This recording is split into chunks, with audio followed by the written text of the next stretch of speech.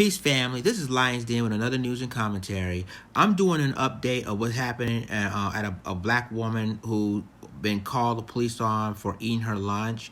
And I did a newspaper from the Boston Globe. This is the video from WBZ in Boston about the incident and the woman who's been interviewed, who's been victimized by someone called the police on her only because she's eating her lunch. So I'm going to go ahead and play this video, and I'm going to give you the rest of my commentary.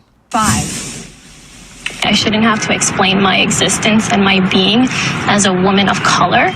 A Smith College student wants answers, and she wants change after someone at the school saw her eating lunch and called police because they believed she seemed out of place. After what she describes as a crushing experience, she turned to social media to tell her story. And tonight she tells WBZ's Christina Hager that she wants the person who called police to come forward. And that's just not fair. This shouldn't happen to anyone at all. Amu Kanute is a rising sophomore at Smith College and works here this summer teaching chemistry to high schoolers for Smith's STEM program. She was reading in the dining hall of the Tyler House dorm here Tuesday. Next thing you know, I see the cop walk in with a Smith employee whom I've never seen before. And the man asked me, we were wondering why you're here. She says police told her an employee had called about a suspicious black man.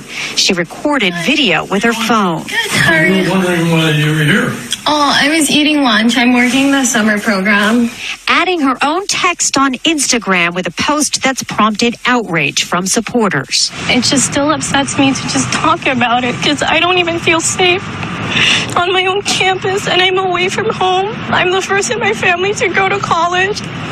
I'm doing this not only for me, but for my family, for my ancestors. Smith's president sent a statement apologizing and assuring the student that she belongs in all Smith spaces. This painful incident reminds us of the ongoing legacy of racism and bias in which people of color are targeted while simply going about the business of their daily lives. Building an inclusive, diverse, and sustainable community is urgent and ongoing work. What do you want to happen now? I want the identity of the caller released. I want a public apology from that caller, and I want them fired from the school. Smith's administration says privacy laws prevent them from releasing the name. So Kanate has turned to social media with a plea for help.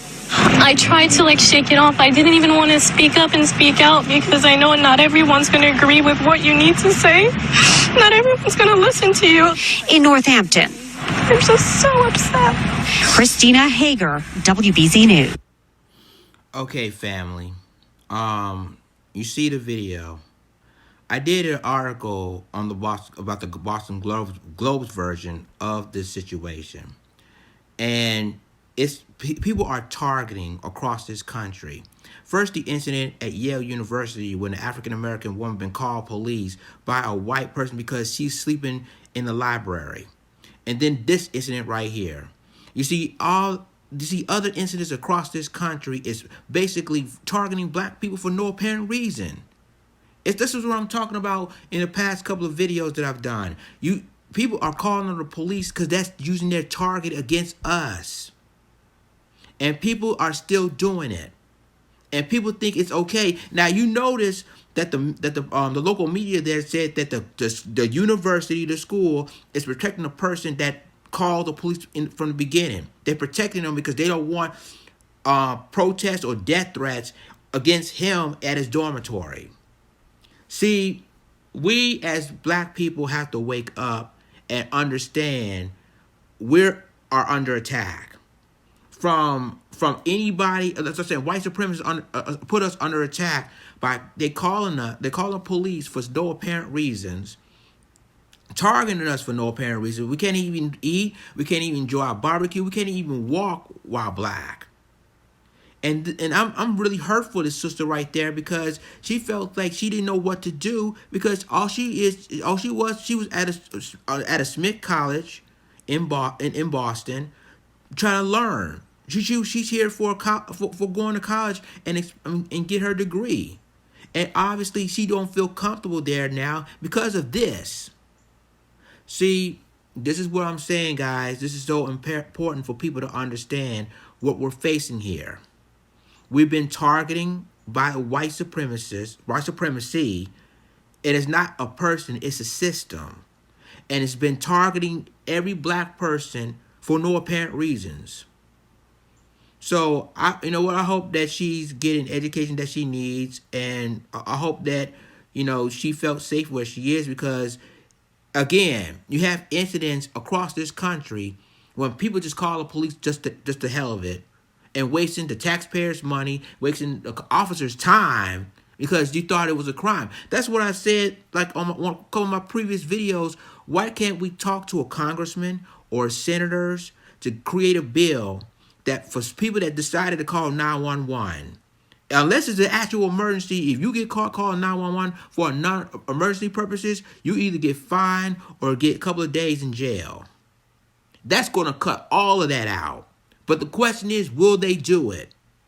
And unfortunately, they might not, because they felt like, well, you know, if they see it, say it.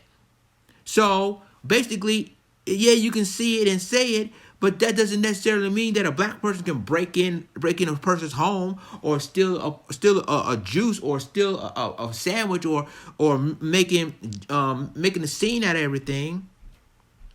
So all I can say is that I would definitely keep her in my heart, because I know how it is. She's a college student, trying to learn, trying to get her education. But unfortunately, you got people like that is going to call you and try to start trouble and try to waste the police officer's time just to take you out. And that's exactly what they're using the 911 calls for, is targeting black people and brown people for no apparent reasons.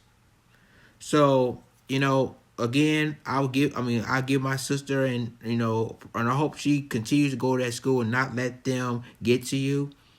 But until people start standing up and start speaking out, this, I told you before, this situation will continue to happen unless we as black people and we as Hispanic people will come to Congress and senators and tell them, do they need to create a bill to stop all of this?